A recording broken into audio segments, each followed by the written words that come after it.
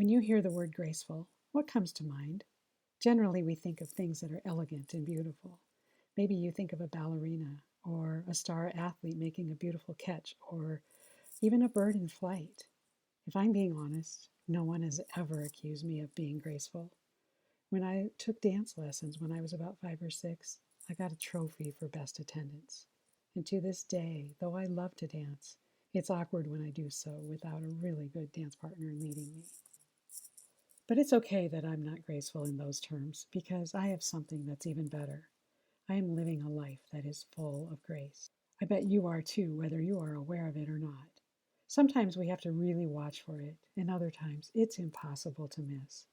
I'm convinced that God is using a recent cancer diagnosis to show me how much grace, or undeserved blessings, He has given to me, and to prove that His grace truly is enough for me. I'm going to dig into that a little deeper today. I hope you'll join me. Welcome to Longing for More, where Christians come to strengthen their faith, revive their soul, and learn to live their lives with a sense of fulfillment and peace.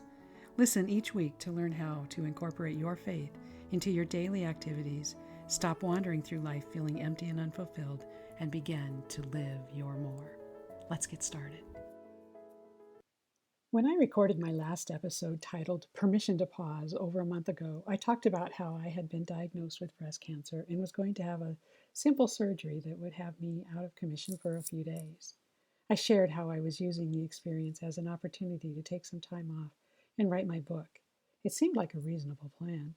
The problem was, as often is the case in life, I had no idea what was coming my way. I've always been roll with the flow kind of girl, but this time was different.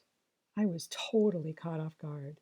You see, after promising that I would be back after a 30-day break to focus on healing my body and writing my book, I learned that lumpectomy was not a good solution for me. Instead, I would require a mastectomy to ensure that the cancer would all be removed. And after weighing all the options, I chose to have a bilateral mastectomy. As you can imagine, my 3 or 4 days of recovery turned into 6 to 8 weeks for my body to fully heal. As the date I promised to release the show came and went, I struggled with not being able to live up to my commitment to my listeners. I realized that I simply could not honor that arbitrary deadline I had set for myself, and that was really hard for me. Even harder was the realization that I hadn't even touched the book I had committed to work on during this time frame. As I laid there without even enough energy to beat myself up about it, I realized that God, in His wisdom, could see the big picture, and He knew that both of those activities could be completed when their time was right. You see, He had a whole new chapter in my life that needed to be written.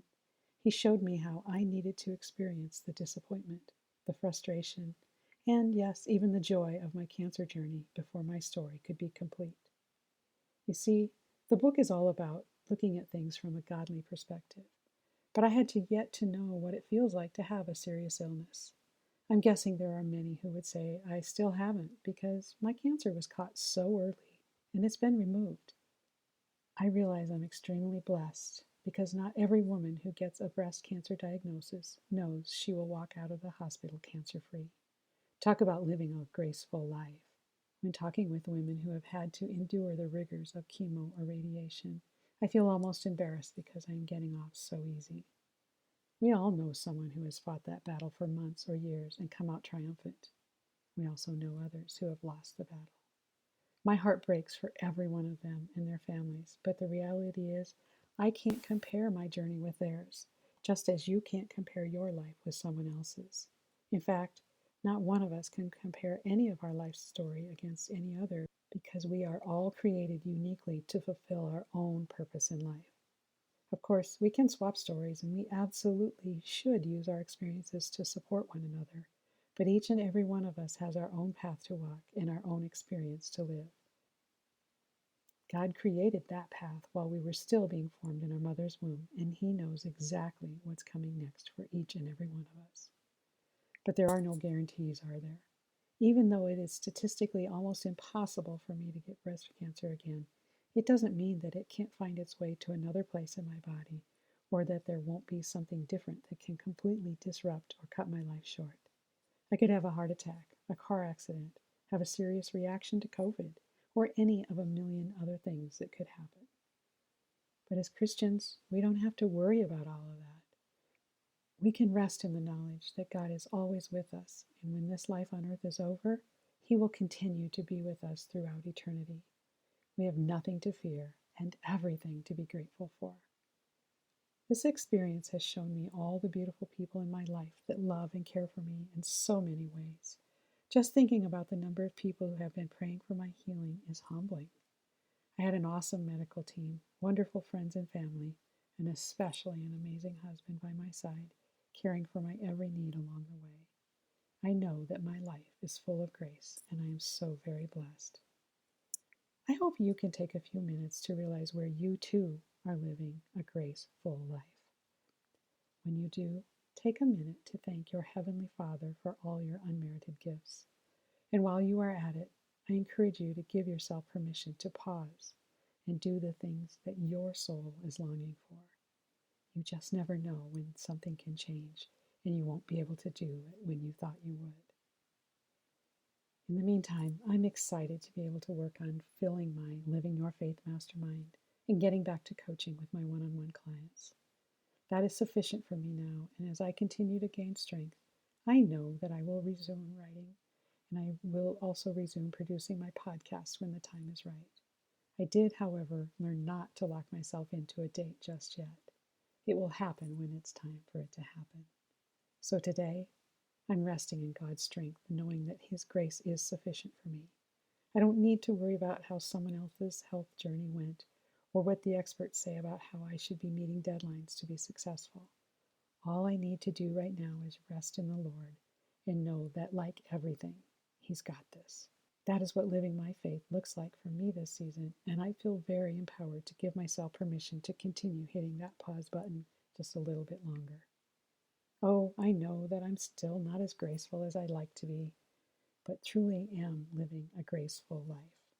Where can you be giving yourself permission to do what your soul, or maybe even your body, is longing for? Can you trust God enough to say yes to that longing and know that it will be okay? I certainly hope so. If not, go check out the many resources on my website at faunajohnson.com and see if there's something there that might be able to help you to begin. If you're interested in taking action and getting accountability and support while you live out your faith in your graceful life, check out the Mastermind under the Work With Me tab. If you are listening to this show as it is released, we are starting a new group the first week of November 2020. If you're listening later, apply now and be ready when that next group starts in January or whenever that is. I just want to thank you so much for stopping by today.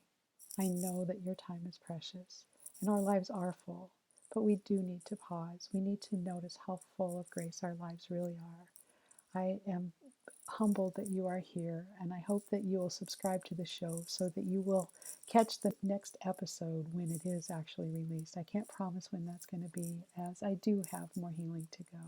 If you're interested in my cancer journey, there is a blog that talks about that under the blog tab at my website, faunajohnson.com. Again, thanks for stopping by. Go, stay safe, be blessed, and live your more.